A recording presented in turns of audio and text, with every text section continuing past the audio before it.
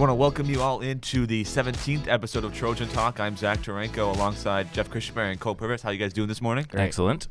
That's great. So we're going to start off with some TA sports, and we'll look back to last week for the Class AA girls and boys basketball tournament. We'll start with the girls. They won their quarterfinal game over South Portland. We broadcast that game, looking like they were going to make a run. They ended up losing to Scarborough in the semifinal. Jeff, you and I broadcasted that game, but what did you see from TA and overall looking at the season? How'd they play? I mean, overall, the season's a success. I mean, they didn't come in as the favorites. They didn't come in with a lot of tons of senior leadership. So for them to get to where they did, I think they'll be disappointed that they didn't get to the regional final. I mean, if they would have gone to the regional final and lost to Gorham, I don't think anybody would have felt bad. Or no, they would have felt bad, but not disappointed. Scarborough's just one of those 50-50 games. I mean, they split the regular season series. You get to there. And really, when you look at the game itself, I mean, it's just one of those games that, Jessica Dow and Addison Sulkowski, they combined for something like 5 for 40 from the field. I think Coach Marston sent me that stat. So those kind of games just happen, and we saw one specific moment that sticks in my mind for Dow especially, and I just feel bad for her because she was such a great player all year. It was one time, I think it was in the third quarter, where she was driving down the lane and she stopped on a dime and faked the defender out completely. It was about 3 feet from the rim, put it off the backboard, just hit the rim and went out. And it was just like, that's just not your day, and it just happens from time to time. So there's a lot of hope for the team because next year they should be. They lose Michaela Melendez, who's obviously a great defender, but most of their other scoring will be back. So, and looking at the other teams that are losing pretty much everybody, a lot of optimism that they could make a deeper run next year. Just one of those games. Yeah. Cole? Well, there's a lot of pressure that comes with playing at the Civic Center for these games, and I do think they felt that. They were forced to shoot, and it was just a bad day, and it happens. But without a doubt, the season was a success. I mean, you get your first playoff win under your belt since, I think, 2015, something like that, and they have a very good team moving forward. They have a ton of talent with Dow and Sulakowski. They have a lot of scorers and everything. Hannah Cook, three-point shooters. They just have to put it together and play more consistent. I think that's the thing that we saw from them, a little bit inconsistent with the shooting and stuff like that. But if they can put it together next year, they can take it a step further and go to the regional final and maybe pass then too. Yeah, I agree. I think the optimism for next year is pretty high. Look at the boys' season. They won their quarterfinal and their semifinal. Both had decent scores. I mean, the Scarborough game was about 10 points, and then the Massapequa game was only about 5 or 6. I watched that game. But then in the regional final, lost to South Portland, and it was a up and down roller coaster. It looked really bad in the first, then it got a little better in the second, and then just went back downhill. I think you both were at that game. You guys have some thoughts about how TA played, what they look like next season, and then just quickly talk about South Portland going on to play Oxford Hills next week. Well, you have to give Sopo a ton of credit for their defense. It wasn't like TA had a terrible day shooting. It was just they couldn't get good shots off. They couldn't get open at all. They went scoreless in the first quarter. I thought they might go scoreless in the first half. It was looking really, really bad till they turned it on there in the second quarter. But you have to give Sopo a ton of credit. And then they gave themselves an opportunity, which I think was huge, but South Portland was the better team for all 4 quarters. And essentially, South Portland definitely proved they're the better team for the whole season. I mean, TA did give them their only loss, which is a great accomplishment and everything. And for the season, I mean, they went like as far as we thought they would. Moving forward, you still have Will Davies, and as long as you have that guy, you have to feel pretty good about yourself. Will led Class AA in assists, and then Braden Kamiri, I heard, led Class AA in threes, which is really good. So they have 2 dynamic scorers that they can lean on for next year. But their biggest hole is going to be at center, missing a big body in Cody Ruff, who's going to be graduating. I have a couple guys in mind that might start, but we're not 100% sure yet. So we'll see how that position holds up. But they should be good to go for next year. I think in general, looking at the smaller sense, yeah, South Portland played a great game. There's no question about it. They had 3 or 4 players who were the best players on the floor for most of the game. You can't go scoreless in a quarter like that and come back and win, even though they did get cut it within, I think, within 2 at the beginning, near the beginning of the third quarter. But they really had to play perfect from there to win the game. So you can't get yourself down. And I think in the bigger sense, I mean, I've kind of been saying this all year. It's like I feel like they hit their potential. I mean, we watched a lot of basketball around the state, broadcasting some playoff games. And TA is not in the top 5 or 6 teams in the state. You include Class A. Like Falmouth is a really good team. And it's just because I think for some of their players, they're a year away. And they don't have that one superstar player that we saw for Falmouth in the game that we broadcasted. We saw for South Portland. Like when you need a bucket, who are you going to go to? And because Will, as a point guard, you can't always be the go-to guy. In the NBA, if you're Steph Curry, you can do that. But when they needed a bucket, it's like, Kamiri would hit buckets sometimes. Yeah, you could get maybe a Cody Ruff or Alicio. or even in Cody Bowker, but it just they didn't have that one guy who they could go to in crunch time. And in the regular season, you can get away with that. In the playoffs, you really need somebody to put them on your back. Looking at next year, yeah, it's going to be a lot of other teams are losing a lot. We're assuming Estrella's going to move on somewhere else, so South Portland will be down. So where will TA fit in? Tough to know, but they definitely were going to miss Cody Ruff. And watching the JV games, I mean, there's going to have to be some serious growth, mostly in bulk, for some of those JV guys if they want to come out and compete hard. So, I mean, hats off to them. I think they got the best out of what the talent that they had.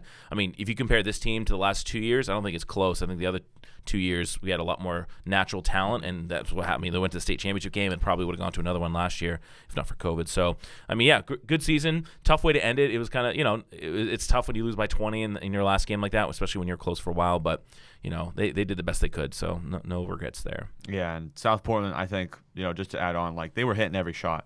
Some of their guys off the bench played really well, better than some of the TA players. So, it was, I think going into it, I thought South Portland was going to win anyways, but it ended up the way I thought it was. And now South Portland going to play Oxford Hills on this upcoming weekend.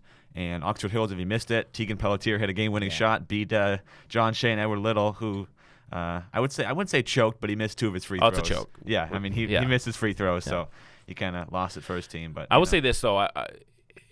This is the first time I've seen Estrella in person. I wasn't incredibly impressed, and maybe that was just one game.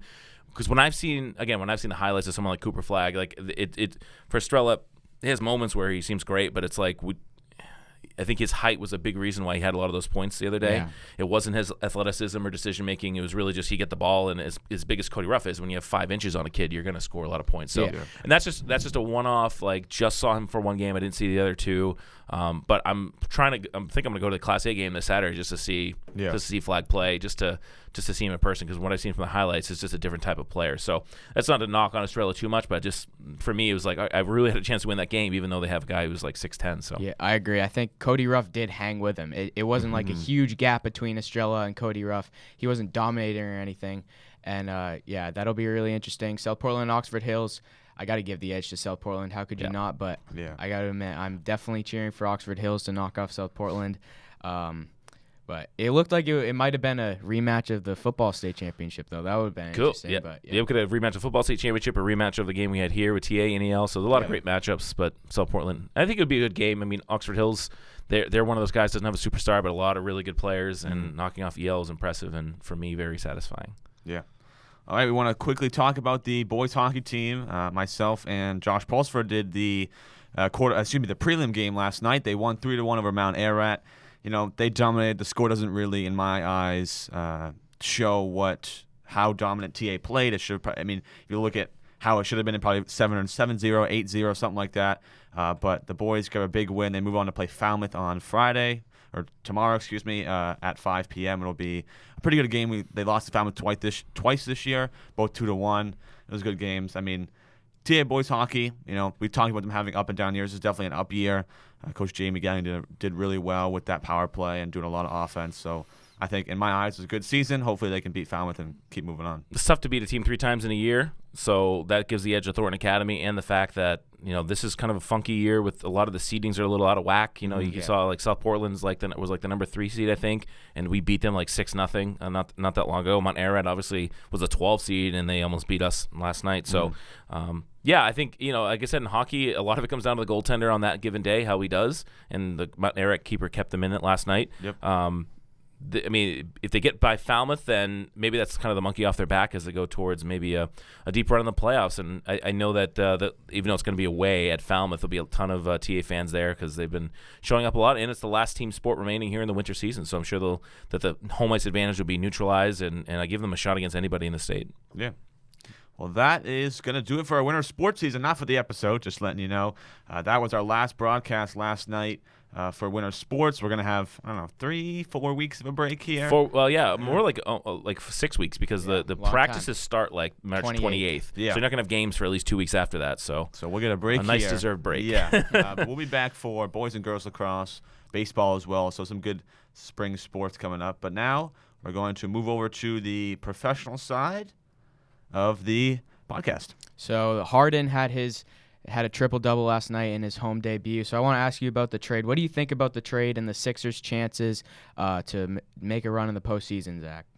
I think out of that whole trade, I think first up, I think the Nets definitely won that one. I think the 2 first-round picks are big because they gave up so much to pull in Irving and Durant a couple years ago.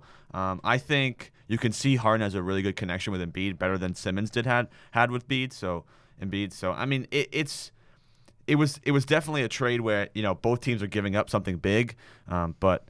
Right now, the Nets are struggling. They're going to continue to have injuries for the rest of the year. Ben Simmons is still not playing. Kyrie Irving can't play because of vaccination right now, and a lot of places are still struggling with that to figure out what they're going to do. So, I think the Nets end up in the play-in tournament, which we'll talk about here in a minute, and I think the Sixers will end up in the first few seeds. I disagree. I think the 76ers win that trade hands down because Harden's looking. I mean, it's only 2 games, but like. The thing holding that 76ers team back was Simmons and his inability to make shots and take threes and everything. So you put Harden in there, plus the other guys that they got in that deal. They got Andre Drummond and they got one of the shooters. I forget his name off the top end. They got Paul Millsap. No, somebody else. I forget. It was a shooter. Oh, Seth Curry. Not Steph Curry. The Nets got Seth. Oh, yeah. Shoot, See, that's went that way. So the trade was. Oh, that's right. Drummond went to the Nets. Yeah, it was Simmons, Drummond, Seth Curry, and two first rounds for Harden and Millsap. Well, either way, I think Harden, if he plays up to his potential, has a better chance of playing up to his potential in Philly than Simmons does playing in Brooklyn. Brooklyn has just way too many question marks. They have Durant, who's still hurt. They have Simmons, who's not really playing. Mm-hmm. You got the vaccination status of Kyrie, which probably won't be a factor in the playoffs, by the way, because they're lifting band-aids all over the place. Mm-hmm. And I think the first 2 first-round picks, we'll see if those turn out to be anything. But I think it's a trade that both teams needed. But I think the big loser in the deal was the Celtics because I think both Philly and the Nets got better, and I think that puts the Celtics really on that second tier. Whereas before it was like, if Harden's not playing well for the Nets and Simmons is not playing for Philly at all, then Celtics are just right up there with those 2 teams. But I think those 2 teams now are light years ahead of the Celtics, assuming everyone plays and is healthy. Yeah, I mean they got a big game. The Nets play the Celtics this weekend, which is a big one. I'm actually going to go to that game. You are? Yeah. Look at you. Pretty awesome. Hopefully Jaylen Brown will play. I was really upset that he got hurt in the last game. I'm like, please be back to that game. But yeah. Yeah, I think initially I thought the Nets had won this trade, but I've had a complete change in opinion. When you just have 2 dominant scorers like Harden and Embiid, I think you can go far, and I like the Sixers' chances to go far in the playoffs and potentially make the finals. Celtics are looking good too. We'll see how far they can go. But for the Sixers, I think Seth Curry is one of the most underrated players in the whole NBA, and losing him is big, but you don't need depth as much in the playoffs because you're not going to go as deep into your bench. So it'll be interesting to see. But I also want to talk about something that I am very happy that we are addressing. How bad, or maybe you disagree, but how bad the NBA play-in tournament is. It's terrible. But go ahead. What are your thoughts on the play-in tournament? I think it's like what the NHL did in that COVID year. Like they changed the whole playoffs around, letting more teams in. Great. 1 year, I understand because COVID, no one can really change that. But now you got to get rid of it. It's like it just makes the playoffs longer. I think it gives other teams chances. I think it doesn't make a lot of sense. It makes it less competitive for me because teams are, the Lakers are going to end up in the play-in tournament. Yeah. So they're not, like, I don't think LeBron is that worried. Like, he's like, okay, the regular season doesn't matter to me. I'll just play well in the playoffs. So I think it's stupid, but if the Celtics are not in the play-in tournament, I'm fine. I just want them to be like the 5 or 6 seed and stay that way. Money. That's what it's all about. Yeah. It's pathetic. And I hate it in all sports. I hate it when they added the playing game in baseball. I hated it when they added the 7th team in football. Mm-hmm. I'm gonna hate it when they add a 12th or maybe up to a 14th team in baseball. It just makes the regular season completely irrelevant, and especially in basketball, which I don't watch much regular season basketball at all because every game one team gets down by 20 and then ends up coming back, and then it's a 50-50 at the end. Yeah. But the games really don't matter because when you're having more than half the teams in the NBA make the playoffs, especially in a league that has issues with load management, as a fan, I'm less likely to buy tickets to go to a game when I don't know if Tatum's going to play because they're in the play-in tournament already. So, I mean, yeah, is it exciting for a one-off game? Sure, it's entertainment value, but I don't know. It just makes the regular season cheap, and they're not lowering ticket prices prices in the regular season, or lowering the the money I pay in my cable bill for the regular season because they have more play-in games. If they did that, we'll talk. But yeah, it's a money grab, and it gets a lot of mediocrity in there. But the NBA, I mean, they're not stupid. They know that having the Lakers in the playoffs is better than not, and so they're giving more leeway to these superstar teams so they can be in the playoffs and make a deep run. And hopefully they all lose in the play-in tournament. It'd be great if the Lakers and Nets lost in the play-in. For real, yeah. Last year you had LeBron and Steph in a play-in game, and that I'm sure made a lot of money. But it's just soft. That's the thing. It's soft. And people watch these games and money's made, but it's just stupid. 9 and 10 seeds don't deserve to compete for a championship. Right now, as it stands, the Pelicans are the 10 seed in the West, 10 games under 500. You shouldn't be able to compete for a championship there. And like you said, the Lakers could get bailed out. As somebody that does not like LeBron and the Lakers, I would hate for all their I'm enjoying their regular season struggles. If that just gets washed away by winning in the play-in tournament, LeBron has a couple good games, that'd be pretty frustrating, and it definitely lowers the value of the regular season. There's less sense of urgency to make a playoff push to get that 8 seed.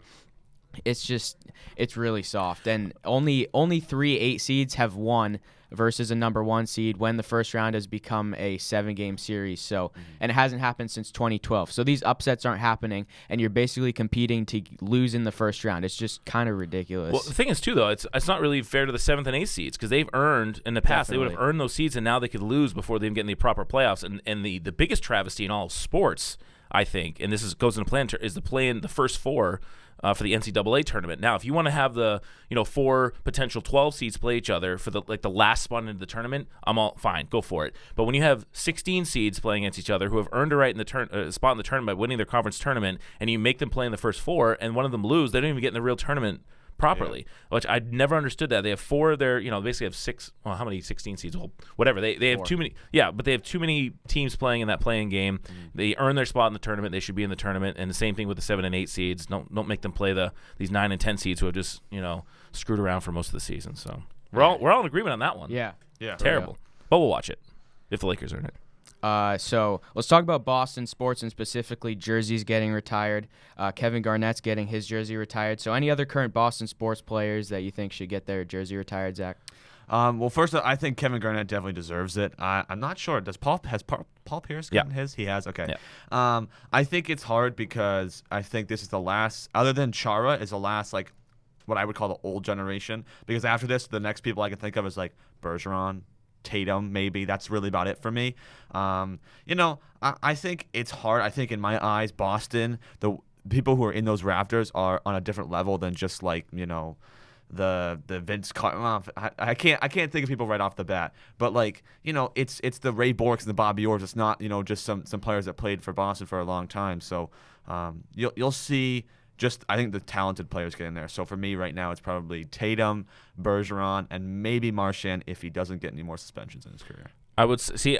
I'm in an unpopular opinion is I don't think Garnett should have his jersey retired. Really? I don't think so. I mean, he's a great player. Yeah, he's a Hall of Famer, of course. But he was here for 3 or 4 years. They won 1 title. Great for him. But that for me, that doesn't mean he should be immortalized in the rafters. I mean, the Celtics are really bad at this. They have so many numbers retired. They have something like 25 or 30 numbers retired, and certainly not Ray Allen.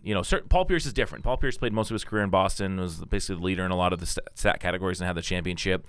As much as KG changed the culture of this league, he wasn't here for more than a couple years. They only had the one. They really choked in that second in 2009, 08-09. They really should have won the title then, but choked against the Lakers. So. I thinking your list is fine in terms of who's going to get retired from here. There's really nobody on the Patriots that's currently on the roster I think would get the number retired. I mean, they don't really do that in the NFL anyway. With the Bruins, same thing. Yeah, Tatum has a long way to go. I mean, he's only 24, 23, whatever. So, there's no slam dunks right now besides Brady. He's not on a current Boston sports team, but they better bring him back unless he goes to San Francisco, ring chasing. To go to baseball, I would think maybe Dustin Pedroia, probably. Yeah. He was always one of my favorite players. I think I saw something that the Celtics have the most jersey retirements of any franchise, just edging the Yankees or something like that. But that was really cool to see that Boston has a lot of great legends and everything like that. So we just love ceremonies. Yeah. That's true too. So February vacations and April vacations. I want to ask you, spring is coming up. Might not seem like it because it's still kind of slushy outside and stuff, but is spring a good weather season in Maine? I'm gonna have to go with depends on the spring season because I think I don't like spring. I hate the rain. I hate the muddy slushiness. But like if you take that like saying you learned when you were a kid, April showers bring May flowers. If you take that literally, like the first few months, March, April, are usually more muddy, and the May section is usually when school's starting to get out, and it's usually sunnier out. So I like the end of spring, but I don't. It's like in between winter and summer. Like, can we just have winter or can we just have summer? That's what I think. One word: overrated. The spring in Maine is terrible, and the only reason that we ever enjoy it is because we've just endured 5 months of just horrible weather as well. So it's like, oh wow, it's 50 out, but it's muddy, and and there's sand and there's salt everywhere in your yard, and you got to get that cleaned up from all the plowing. No, it's awful. I love the years too that it skips right to summer. But it's not like, there are certain parts of the country like Washington that have like really nice cherry blossoms. Like that's famous down in Washington, like certain trees, and it's like really beautiful and everything like we have in the fall. It's not like that here in Maine. I mean, you get some stuff that's blooming, but when you have mostly pine trees, which don't really bloom, that's not exactly a good recipe. So again, it's asterisk of a good season because we've been so miserable since the last November with the weather that, but no, I mean, I'm happy it's here.